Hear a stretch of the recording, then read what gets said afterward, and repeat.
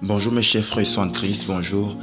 Aujourd'hui, Dieu me fait grâce de vouloir en parler sur un sujet qui nous dérange beaucoup. Comment prier sans cesse? Comment le faire?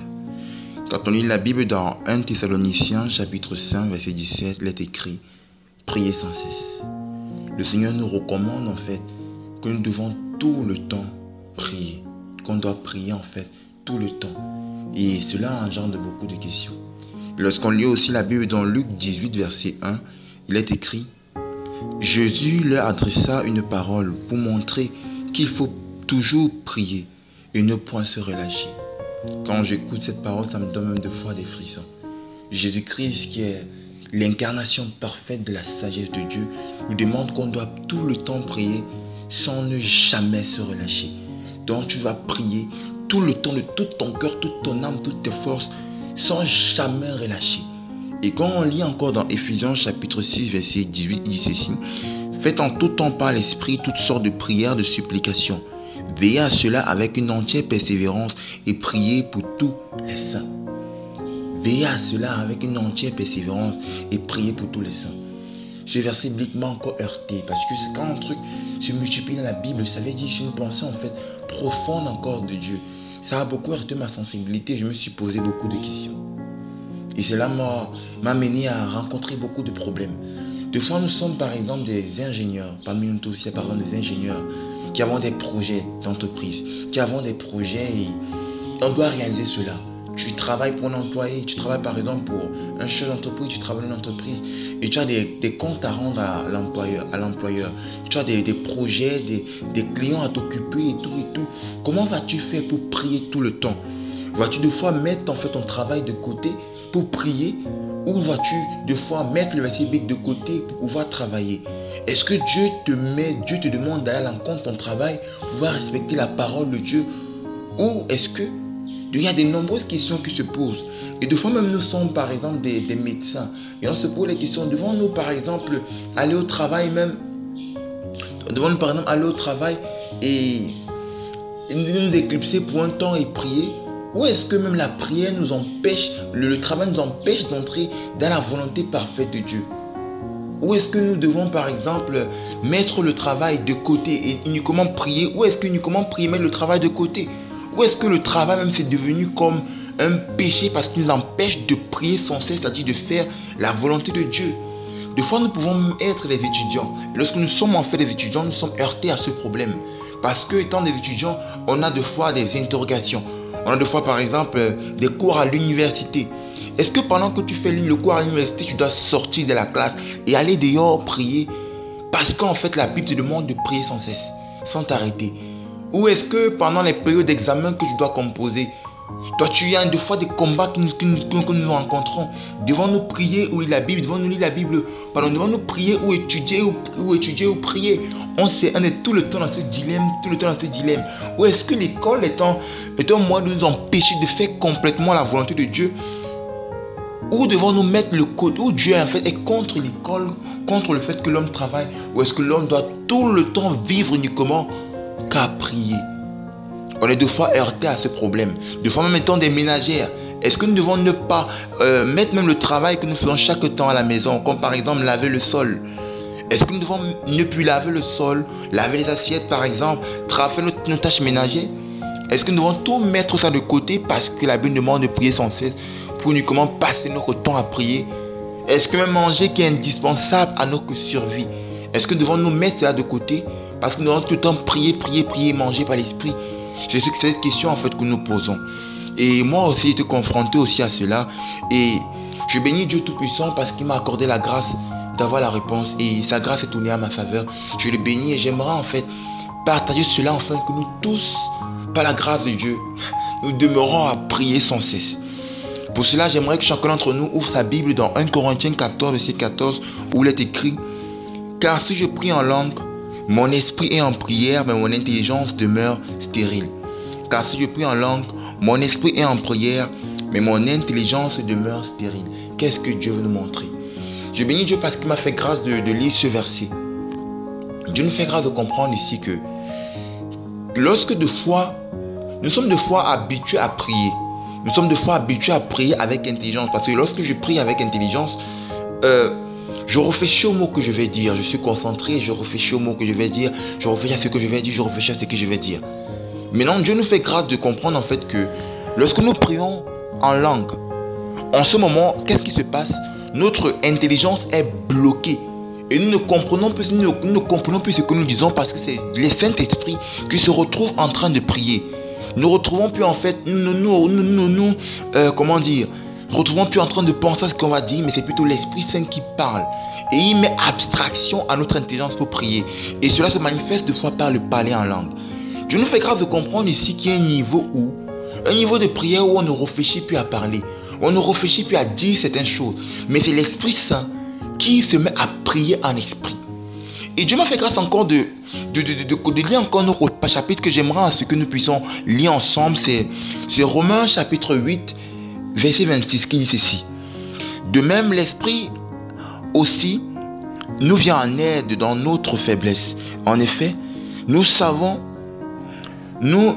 pas ce qu'il convient de demander dans nos prières, mais l'Esprit lui-même intercède pour nous par des soupirs que les mots ne peuvent exprimer. Je répète, c'est dans Romains 8, verset 26. On explique ici en fait que l'Esprit de Dieu intercède pour nous par des soupirs que des mots ne peuvent exprimer. Dieu nous fait grâce de comprendre ici. La meilleure personne qui est le plus apte à prier, qui prie dans la perfection pour nous, c'est le Saint-Esprit. Parce que lui, il connaît ce qui se passe dans le ciel. Il connaît ce qui se passe partout dans le monde. Il connaît ce qui se passe en fait, ce qui se passe dans le monde spirituel, dans tout ce qui nous entoure, il connaît. C'est pourquoi lorsqu'il élève en fait des prières, il tient compte de tous ces paramètres-là. Et comme lui, il est tout puissant, il connaît ce qu'il faut dire, là où il faut dire, à l'instant qu'il faut dire. C'est pourquoi la prière de l'Esprit est parfaite. Et de fois, cette perfection, de fois-là, est impossible à ce que nous puissions dire, parce que nous, étant une enveloppe charnelle qui sont limitées en pensée, limitées en tout ce que nous faisons, nous empêche de pouvoir prier dans la perfection. Et de fois, Dieu, qu'est-ce qu'il fait? Il met abstraction à notre intelligence, afin que le Saint-Esprit puisse parler. Et Dieu nous fait grâce, dans 1 Corinthiens 14, verset 14, Dieu nous a fait grâce de comprendre en fait que le Saint-Esprit, lui, priait. Quand l'Esprit prie, ça se manifestait en fait par le parler en langue. Mais ici, on se rend compte que le Saint-Esprit ne peut pas n'agir pas seulement par le parler en langue, mais il agit aussi par des soupirs inexprimables. Pas des mots pas des paroles, des soupirs que des mots ne peuvent dire. Ça veut dire en fait que deux fois on peut rester comme ça. Tu souffles seulement de ta bouche comme ça. Un sentiment tellement profond. Tu retrouves à souffler de ta bouche simplement et tu es en prière. Et Dieu nous fait grâce de comprendre en fait que dans des positions où notre intelligence ne réfléchit plus, on est en prière. Ça veut dire quoi? Ça veut dire que même le Saint-Dieu, dans son immense grandeur, dans son immense perfection, est capable de faire en sorte que dans notre sommeil, on est en train de prier. Parce que quand tu pries, quand tu dors, ton intelligence ne réfléchit plus. Tu es stoppé. Et en ce moment-là, qu'est-ce qui se passe? Dieu est capable, puisque de fois on s'est rendu compte ici, à travers des soupirs inexprimables, à travers les prières de parler en langue, où Dieu fait taire en fait notre intelligence. Même aussi pareil dans le sommeil, lorsque nous dormons, Dieu est capable de faire taire notre intelligence. Quand nous dormons, l'intelligence est stagne, notre intelligence est bloquée. Dieu fait taire notre intelligence. Et Dieu est capable en cette période de nous faire prier. Ça veut dire que l'homme est capable, si tu dors à 23h, tu te réveilles à 8h. Dieu est capable de te faire prier de 23h jusqu'à 8h. N'est-ce pas beau notre roi? Notre Dieu n'est-il pas merveilleux? De 23h jusqu'au matin. Et aussi, lorsque nous travaillons par exemple, quand tu laves tes assiettes un jour, tu es en train de laver tes assiettes par exemple, tu laves, ton esprit n'est pas focalisé à la prière, n'est-ce pas? Ça veut dire que, j'aimerais dire un peu ça de manière plus claire pour qu'on comprenne. Pendant que tu pries en langue, qu'est-ce qui se passe? Ton esprit n'est pas focalisé sur ce que tu dis, ce que tu penses, d'où l'Esprit Saint peut se manifester lui seul. Ton esprit n'est pas focalisé sur ce que tu dis, ce que tu penses, parce qu'il ne comprend pas. Ton intelligence est stérile. Et aussi, pendant que nous travaillons par exemple, notre esprit n'est pas focalisé sur ce que nous disons, ce que nous pensons. C'est pour ça que lorsque l'esprit se met à parler, la prière est plus parfaite, la prière est plus sublime, parce que ce n'est plus nous qui faisons, mais c'est parce qu'on laisse totalement Jésus-Christ, le Saint-Esprit, prier. Et notre intelligence peut se focaliser en ce moment sur autre chose. C'est pour en fait dire quoi? C'est possible en fait de travailler. Pendant que tu es en train de travailler, tu es en train d'étudier, tu pries. C'est possible que pendant que tu es à la moto, tu pries. C'est possible en fait que pendant même que tu es en train de travailler, de causer avec des entrepreneurs, de parler en fait, de prendre ton impatience, d'étudier, de faire toutes ces choses-là, tu es en train de prier. C'est possible que pendant que tu es en train de préparer, tu es en train de prier. C'est possible que pendant que tu es en train de marcher sur la route, tu es en train de prier. C'est possible en fait.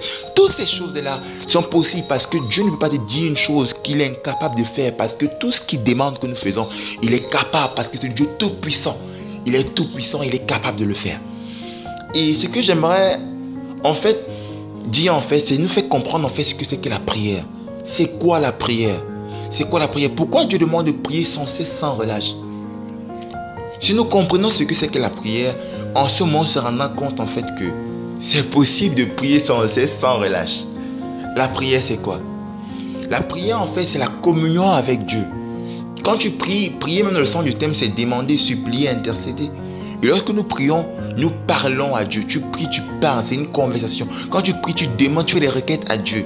Et maintenant, la prière, ce n'est pas seulement faire des requêtes, mais c'est aussi entendre Dieu te parler. Entendre Dieu en fait te dire des choses. Entendre Dieu te parler. Mais le problème, c'est que quoi? Nous sommes tellement habitués à ce que Dieu nous parle en fait par...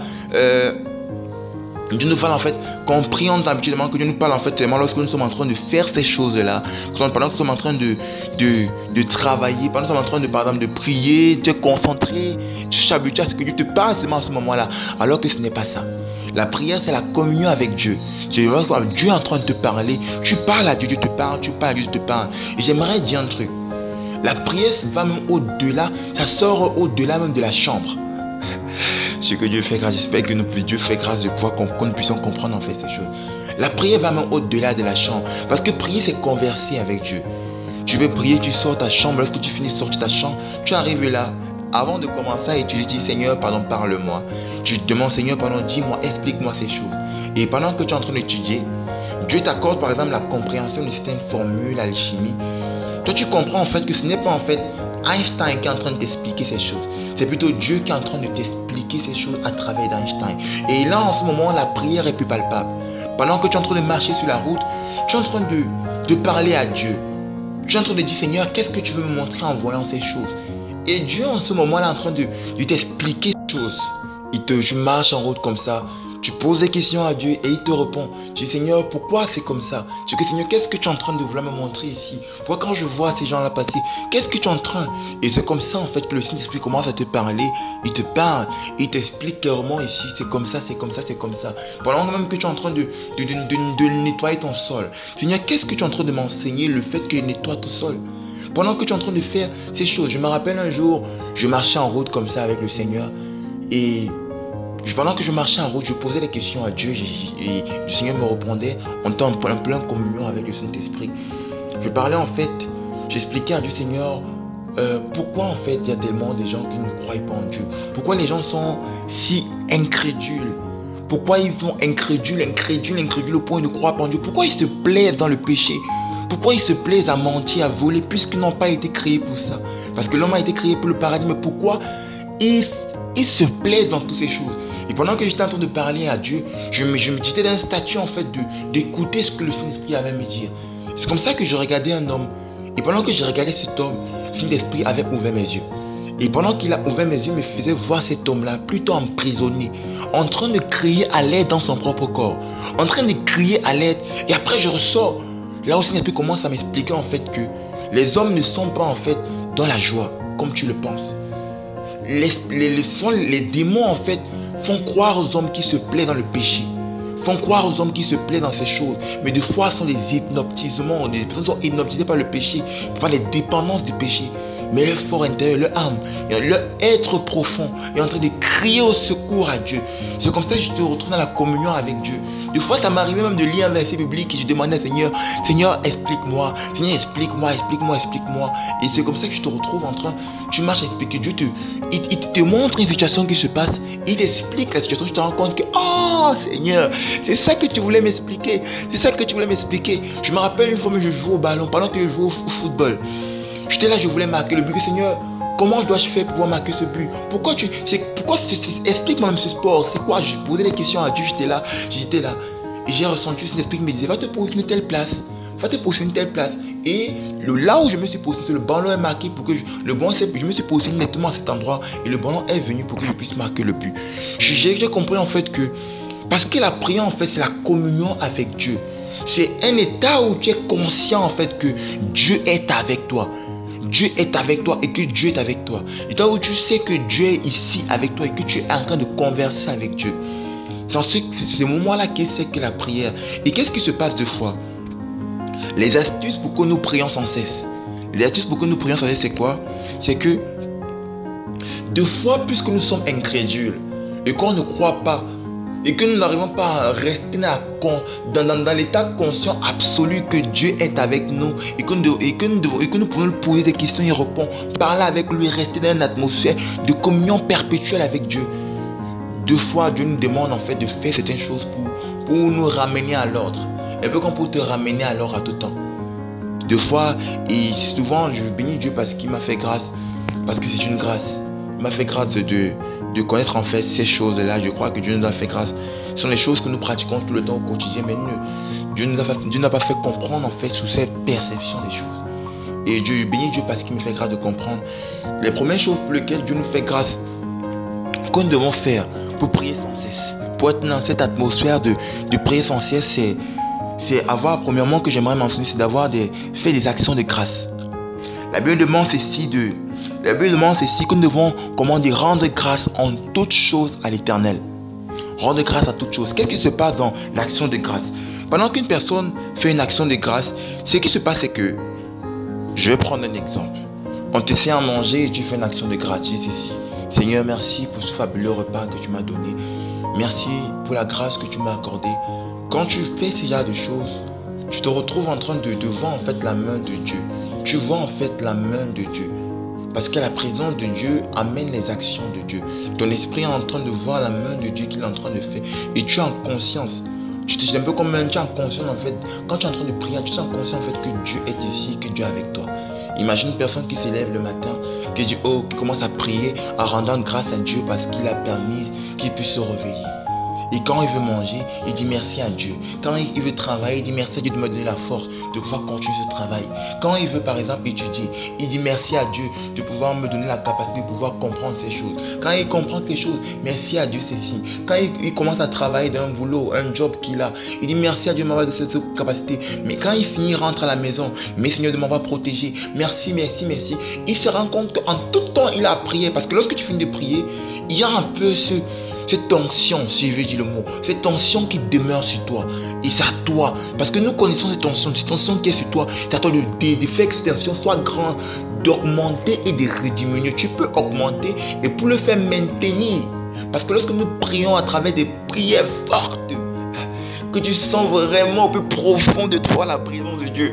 Lorsque tu sens ça vraiment, qu'est-ce qui se passe? C'est que tu as envie que cela demeure. Et ça demeure cela. Comment maintenir en fait cette tension? C'est à ce moment-là qu'il te faut avoir des prières, des actions de grâce en tout temps.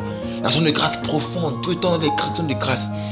Et ensuite, en dehors des actions de grâce, qu'est-ce que nous avons? En fait, nous avons aussi des jeûnes.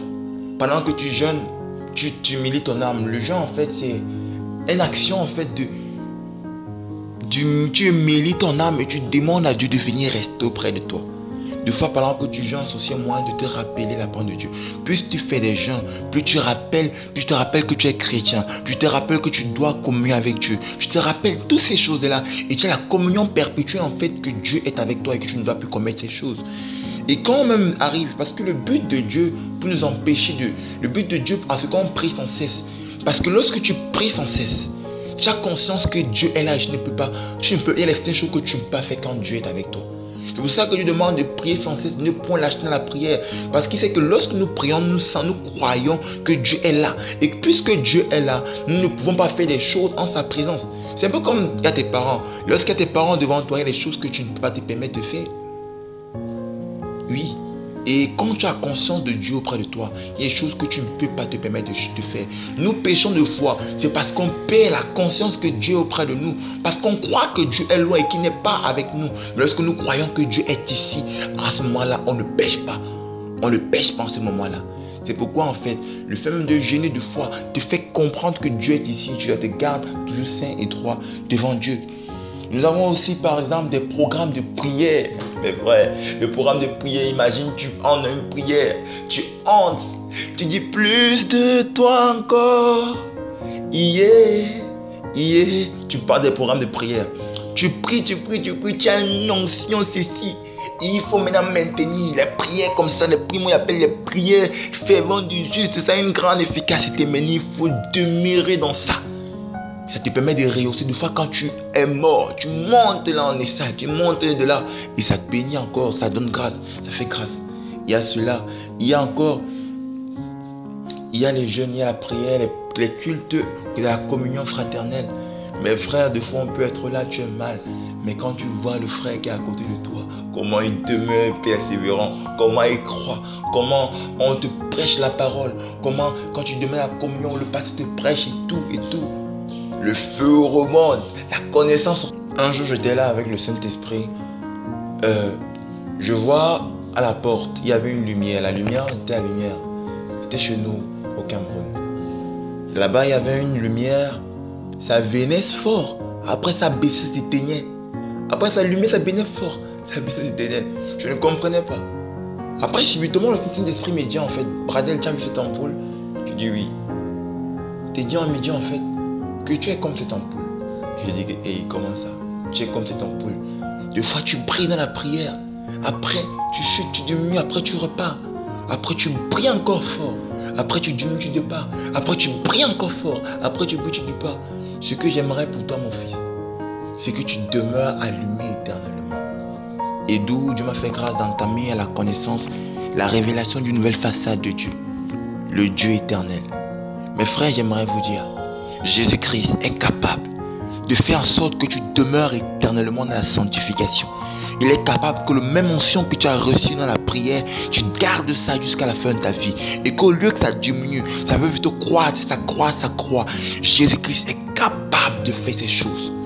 C'est lui qui a rencontré Pierre, qui était un instable, Simon-Pierre, qui était instable, et qui a rendu Simon-Pierre un homme qui était la stabilité spirituelle. Mes frères, Dieu est capable. Il a pris Simon le roseau. Le roseau, en fait, c'est une fleur, une plante qui est dans l'eau. Lorsque le torrent vient, ça part d'un côté, le torrent vient, ça part de l'autre. Il a transformé Simon, qui était l'homme qui balbutiait de part et d'autre. Il a rendu Simon en pierre, c'est-à-dire, peu importe le torrent, tu es inébranlable. J'aimerais dire, Jésus-Christ est le rocher de notre vie. Il est aussi la pierre. J'aimerais te dire que Dieu est capable de te faire en sorte que tu demeures, que l'onction que tu as eue lorsque tu as jeûné, tu la maintiennes sur le reste de ta vie, que l'onction que tu as eue lorsque tu as fait toutes ces choses spirituelles à travers ce jeûne, avec cette prière de minuit jusqu'au matin, à travers cette volonté, à travers cette révélation que tu as eue de la parole de Dieu, il est capable que cette onction que tu as eue au temps passé, de t'animer de cela et toute ta vie tu demeures à cela et que je ne peux que passer, et que tu ne fais que passer de gloire en gloire. Abonne-toi.